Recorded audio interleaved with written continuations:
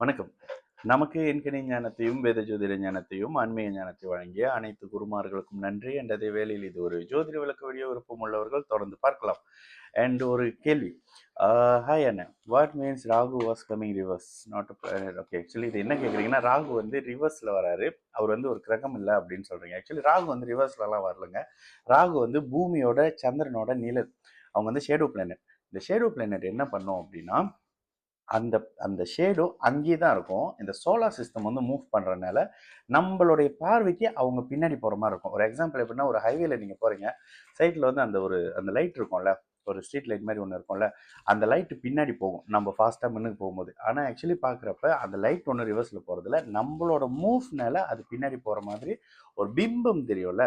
இதுதாங்க ராகுவும் கேதுவும். ராகுக்கும் கேதுக்கும் இருக்கிற விஷயம் என்ன அப்படின்னா, இயல்பாகவே மேஷம், ரிஷபம், கடகம், கன்னி, மகரம் இந்த இடத்துல இருக்கக்கூடிய ராகு தன்னுடைய சுய இயல்போட பலன் தருவார் அப்படின்ற ஒரு விஷயம் வருது. அதே மாதிரி இது இல்லாத இடம் மிதுனம், சிம்மம், மிதுனம், சிம்மம், விருச்சகம், தனுசு, மீனம் இந்த இடத்துல இருக்கக்கூடிய கேது, அதாவது ராகு கேதெல்லாம் ஆகாதோ அந்த இடத்துல இருக்கக்கூடிய கேதுக்கு அது சிறப்பான வீடு அப்படின்னே சொல்லப்படுது.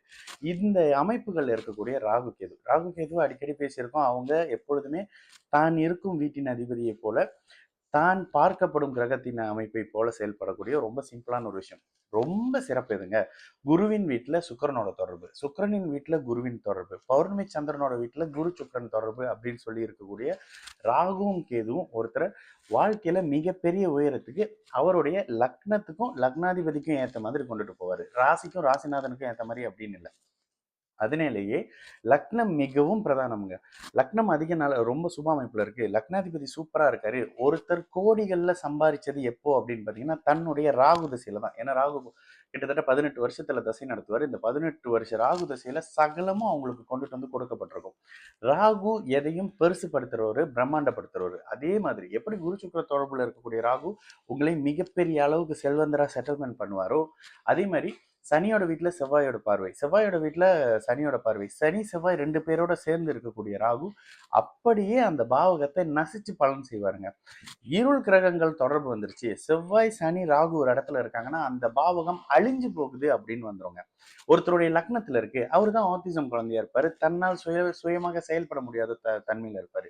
இயல்பாக இந்த சிசரேன் மாதிரியான விஷயம்லாம் வரும்பொழுது ஒருத்தருக்கு ராகு தசை வருது அப்படின்னா, ஏன்னா நம்ம இருக்க கொடுக்கக்கூடிய சில நட்சத்திர அமைப்புகள்ல இந்த சுவாதி நட்சத்திரத்துல பிறந்த அமைப்பு, திருவாதிரையில பிறந்தீங்கன்னா நீங்களாம் ராகுவோட அமைப்புகள்ல வந்துருவீங்க. இந்த ராகுவோட தன்மையில வர்றவங்களுக்கு ராகு எப்படி இருக்காரு, ராகு குரு சுக்கிர தொடர்புல இருக்காரு அப்படின்னாக்கா அப்பதாங்க டேட் எல்லாம் கொடுக்குறோம்.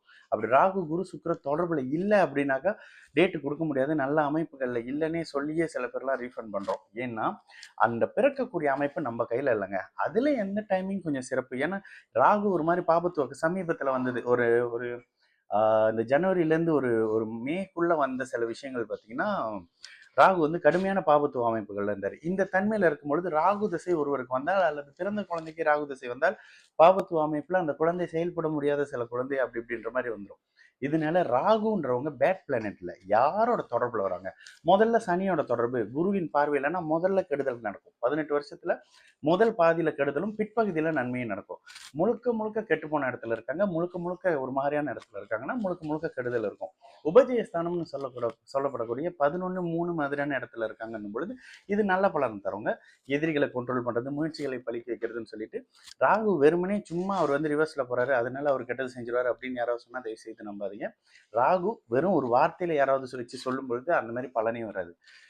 ராகு என்றது யாரோட வீட்டில் இருக்காரு, யாரோட தொடர்புல இருக்காரு. அதனால தான் பொதுவாக ராகு தசை எப்படி இருக்கும்னு கேள்வி கேட்டால் அதுக்கு ரெஸ்பாண்ட் பண்ணியே நீங்கள் பார்த்துருக்க மாட்டீங்க. ஏன்னா ராகு இருக்கிற பார்க்குற தான் தொடர்பு கொள்கிற கிரகத்தை போலவே பலன் செய்வார்.